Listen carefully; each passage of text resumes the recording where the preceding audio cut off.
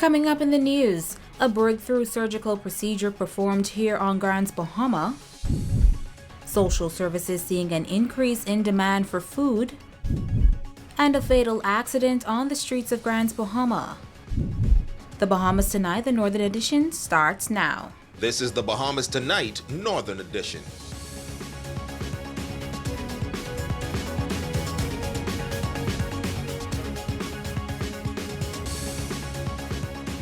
This is the Bahamas Tonight, the Northern Edition. Good evening all, I'm Jamila Mizik. Thank you so much for tuning in. Topping news, officials from the Public Hospitals Authority releasing a statement on a breakthrough surgical procedure performed at the Ram Memorial Hospital, heralding a new approach to the delivery of healthcare in the Bahamas. As Ramiko Knowles tells us, it is the first time a surgery of this kind was performed at the healthcare facility, and it marks the impressive collaboration of surgical teams from the Ram Memorial Hospital and the Princess Margaret Hospital. In a press statement, officials from the Public Hospitals Authority say the open reduction thoracic spine fracture procedure was performed on a 20-year-old male patient at the Ram Memorial Hospital on Friday, October 8, 2021, and it marks the first time a complex spinal surgery was performed.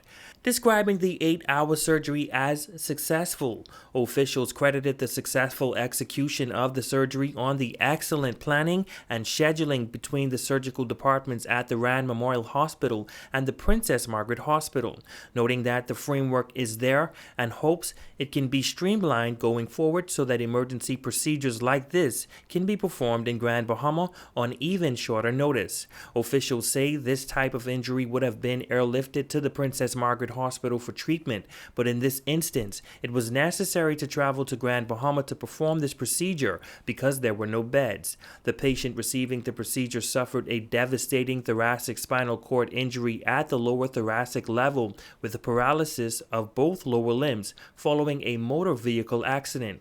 The statement says that all of the surgical goals were achieved. The patient's spine was returned to its normal position with reduced pressure on the spinal cord, but due to the severity of the injuries, the patient is facing a long road to recovery.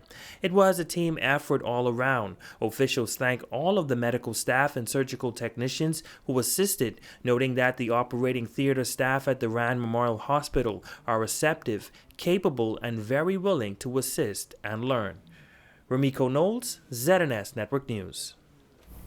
In other news, the National Food Distribution Task Force was established in 2020 at the onset of the COVID-19 pandemic in order to assist persons in need. But as of October 4th, that program has ended. Tonight, the Deputy Director of the Department of Social Services explains how they have stepped in to assist. Megan Shepard has more. The National Food Distribution Program has officially ended, but thousands of Bahamians are still in need. Deputy Director of the Department of Social Services, Charlemagne Fernandez, says that any person that wishes to receive continued assistance is encouraged to sign up at any of the social services locations. I would like to remind the general public, though, that persons can apply for food assistance through the internet, through our Promise program. They can make application in that way. And so there's no need for those long lines that I'm sure are very tiresome to clients. There's no need for that. But I know that there are some persons who don't have access to the internet and have no other way of applying except to come in. And so in that case, yes, come in. You can make application. We're open at our Sun Plaza location, our 8 Mile Rock location, Monday to Friday, from 9 until 5. I would urge persons in need of food to come as early after we open as possible. They register and they're given a time to come back because we're still preparing coupons manually, and so that takes the most amount of time. But she says that the demand for assistance has been great for over 2 years. Quite frankly, since Hurricane Dorian, there's not been a let-up in the demand for social services. We have been serving literally thousands of families here on Grand Bahama and across the Bahamas, and that has not abated. We have seen in the last 2 weeks or so a pickup or an increase of persons applying for food assistance, and we expected that to happen, and so we must deal with it as best we can because we know that there's a genuine need out there. These are brothers and sisters. It is our calling to assist them. And if you are in need and wish to receive assistance, Fernandez says that they are there to help. A person can make an application for assistance once they reach the age of 18 years and they are citizens or permanent residents of the Bahamas. And those same services are extended, of course, to senior citizens as well. All persons who are in need can come in and make application for assistance from social services. Megan Shepard, ZNS Network News. This month is being celebrated as the Month for Older Persons, a time to shine the spotlight on issues impacting the elderly. Among the concerns, abuse of older persons. Megan Shepard reports. As the Department of Social Services celebrates older persons within the community, Deputy Director Charlemagne Fernandez is also highlighting a major concern. She says that unfortunately, far too many senior citizens are being victimized in various ways. Everything from persons mishandling their finances to mistreating them. Unfortunately, in the Bahamas, there seems to be an increase in persons who are suffering from dementia or Alzheimer's. The vast majority of persons have no idea how to handle that, or they have some preconceived notions. They say the senior citizen is being rude and uncooperative and all kinds of negative descriptions of what is in effect an ailment, a degenerative ailment.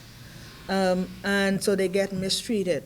Fernandez says that not only is this not a new type of abuse that is happening way too often, she says she believes that abuse of the elderly is increasing. People really don't have patience and understanding of dementia and Alzheimer's, etc. And they think that the tying the person to the bed or tying them down to keep them from wandering or whatnot is the appropriate thing to do. Some really horrific things. And mind you, well, we may wish to judge the person who's perpetrating these things, but very often people just don't know what to do. They are their wits' end and they don't know what else to do. And so bringing the matter to the attention of the Department of Social Services, you may think, well, the person's going to get arrested and punished and whatnot. But I think it's better to allow us to intervene. It might not end the way that you want it to. The whole point, though, is to rescue the senior citizen from that type of treatment, because there is another and a better way, a more excellent way to deal with seniors. And if you can't do it, then we can make some other arrangement. She says that if you are being abused or suspect that abuse is being carried out, you should immediately contact the department's 24-hour hotline. If you are suspicious of something happening, you don't have to have proof. It's our job to go and investigate to see what the situation is. You only have to honestly believe something is not going well with a senior person. You call us on the hotline 24 hours, and we will intervene and see how best the matter can be resolved and the person can get the relief or the assistance that they need. Again, 727-2471 is our hotline. It is not just child abuse, it's any kind of abuse, any kind of emergency assistance that the individual or the family may require.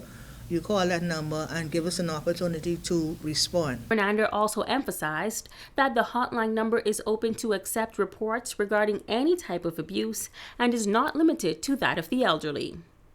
Megan Shepard, ZNS Network News. Bahamas Air Sea Rescue Association sharing safety tips on how to protect yourself while riding a jet ski. This coming after jet ski rider 30-year-old Rashard Cooper of Dundastown, Abaco went missing last week. Rumiko Knowles reports. A watercraft, or as some would call it, a jet ski, is used mainly for recreation.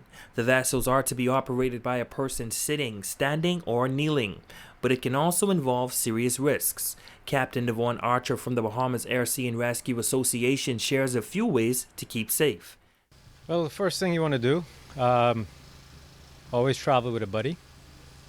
You want to make sure your life jacket is on, whether it's you and a passenger. Life jacket's always on, and zipped up, buttoned up, snapped.